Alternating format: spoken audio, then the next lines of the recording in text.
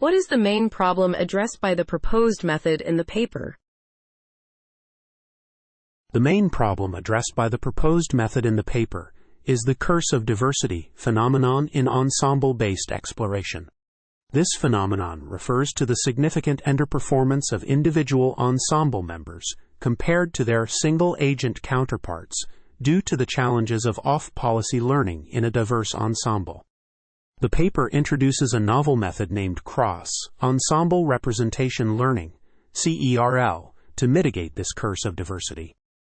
CERL focuses on improving representation learning within the ensemble by having individual members learn each other's value functions as an auxiliary task. By doing so, CERL aims to reduce the negative effects of off-policy learning challenges posed by ensemble diversity, ultimately enhancing the performance of individual ensemble members and the aggregate policy. The proposed method addresses the fundamental issue of performance degradation in ensemble-based exploration caused by the curse of diversity, offering a solution to improve the effectiveness of ensemble learning algorithms. How does the Cross-Ensemble Representation Learning, CERL method mitigate the curse of diversity?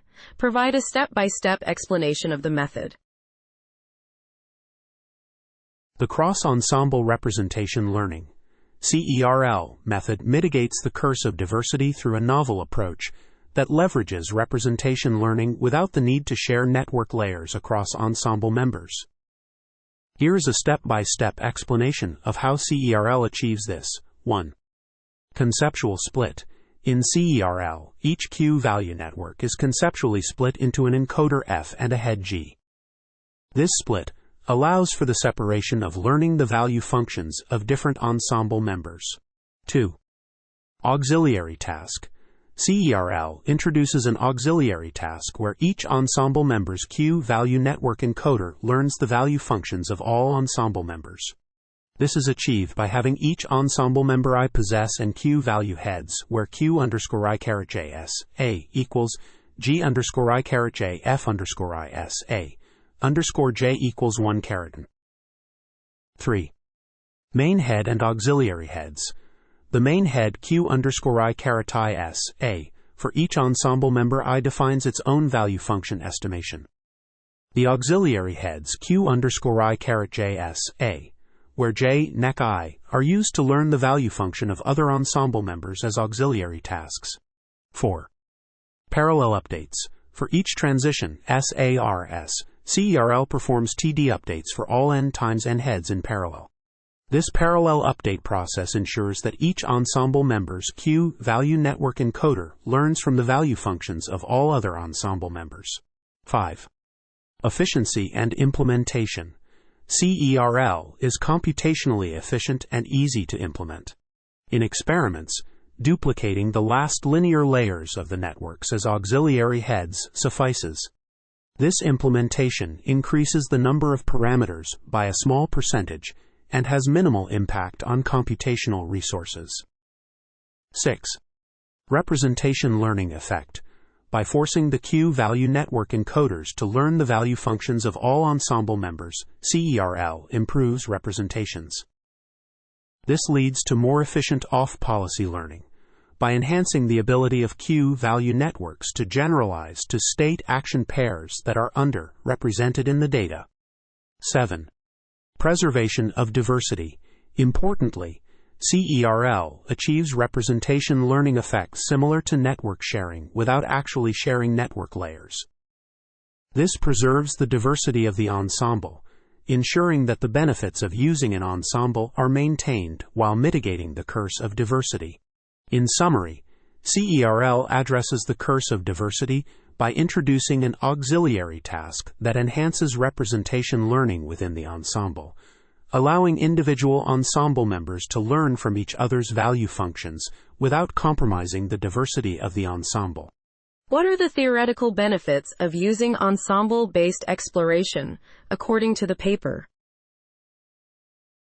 The theoretical benefits of using ensemble-based exploration, according to the paper, include the ability to enable concurrent exploration with multiple distinct policies without the need for additional samples during training.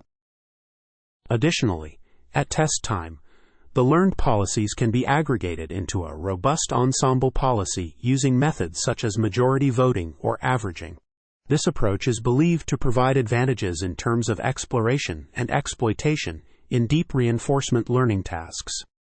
However, the paper argues that ensemble-based exploration can have a potentially negative aspect that has been overlooked, which is the curse of diversity. This phenomenon refers to the performance degradation of individual ensemble members due to the challenges of learning from highly off-policy data generated by other ensemble members. The paper highlights the importance of understanding and mitigating this curse of diversity to fully harness the benefits of ensemble-based exploration.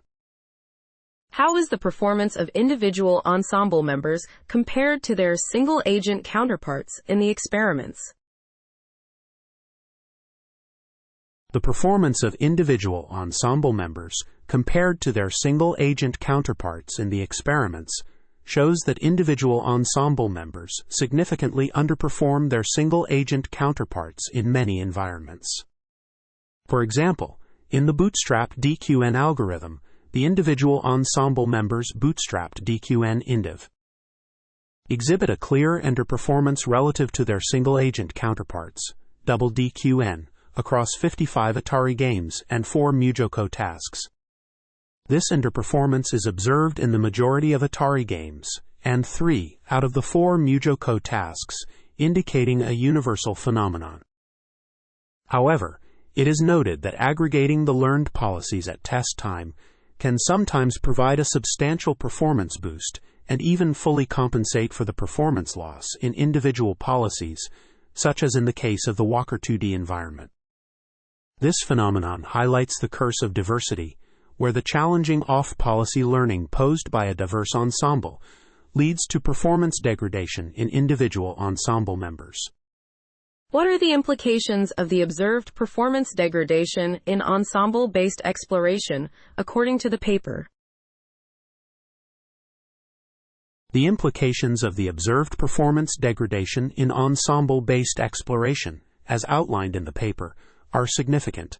The study reveals that individual members within a data-sharing ensemble can significantly underperform compared to their single-agent counterparts.